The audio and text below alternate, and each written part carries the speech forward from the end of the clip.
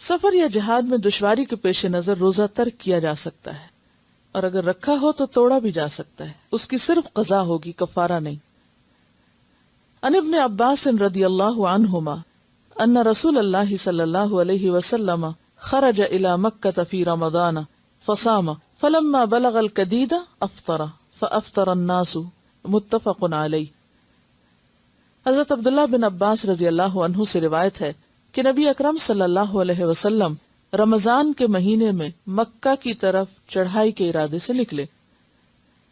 جب مقام قدید پر پہنچے تو آپ نے روزہ توڑ دیا، اور لوگوں نے بھی روزہ توڑ دیا، یعنی آپ کو دیکھ کر۔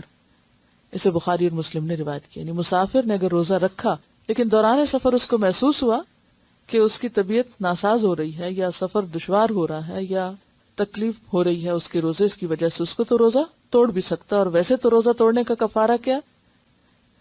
2 مہینے کے مسلسل روزے رکھنا، لیکن ایسی صورت میں وہ اس کے بدلے میں ایک ہی روزہ رکھے۔ اسی طرح اگر کوئی بیمار ہے، اس نے روزہ رکھ لیا اور درمیان دن کے، یا بیمار نہیں، صحت مند تھا، صبح ٹھیک تھا، اس نے روزہ رکھا اور اچانک دوپہر کو طبیعت خراب ہو گئی، اب اس کو دوا چاہیے یا ضرورت ہے اس کو کچھ کھانے کی، تو ایسی صورت میں وہ اپنی بیماری کی وجہ سے کیا کر سکتا ہے؟ روزہ کھول سکتا ہے۔ یعنی جان بوجھ کے روزہ توڑنا اور معنی رکھتا ہے، اور مجبوری میں یا ضرورت میں روزہ کھولنا دوسرے معنی رکھتا ہے، یا اس کا حکم دوسرا ہوگا۔ بڑھاپا یا ایسی بیماری جس کے ختم ہونے کی توقع نہ ہو، اس کی وجہ سے روزہ رکھنے کی بجائے فدیہ ادا کیا جا سکتا ہے۔ ایک روزے کا فدیہ ایک مسکین کو 2 وقت کا کھانا کھلانا ہے۔ عن ابن عباس رضی اللہ عنہما قال رخص للشیخ الکبیر ان یفطر ویطعم عن کل یوم مسکینا ولا قضاء علیہ، رواہ الدارقطنی والحاکم۔ حضرت ابن عباس سے روایت ہے کہ بوڑھے آدمی کو روزہ نہ رکھنے کی رخصت دی گئی ہے، لیکن وہ ہر روزے کے بدلے ایک مسکین کو کھانا کھلائے، اور اس پر کوئی قضا نہیں۔ اس حکم کے بارے میں 2 آراء ہیں، ایک تو یہی جو آپ نے یہاں پڑھی کہ 2 وقت کا کھانا، اور دوسری رائے کیا ہے؟ 1 وقت کا کھانا۔ افضل یہی ہے کہ 2 وقت کا انسان کھلا دے تاکہ دوسرے کا بھی کچھ بن جائے۔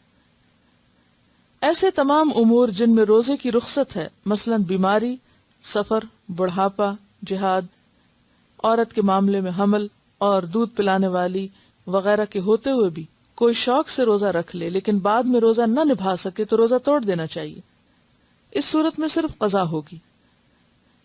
عن جابر بن عبداللہ رضی اللہ عنہما قال کان رسول اللہ صلی اللہ علیہ وسلم فی سفر فرأى زحاما ورجلا قد ظلل علیہ فقال ما هذا فقالوا صائم فقال ليس من البر الصوم في السفر، متفق علیہ۔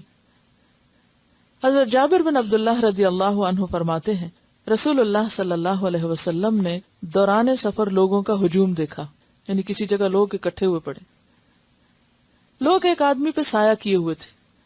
رسول اللہ صلی اللہ علیہ وسلم نے پوچھا کیا بات ہے، یہاں کیا ہو رہا ہے؟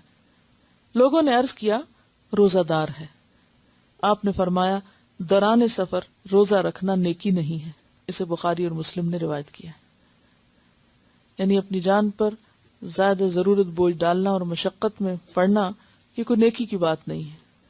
لا یکلف اللہ نفسا الا وسعها۔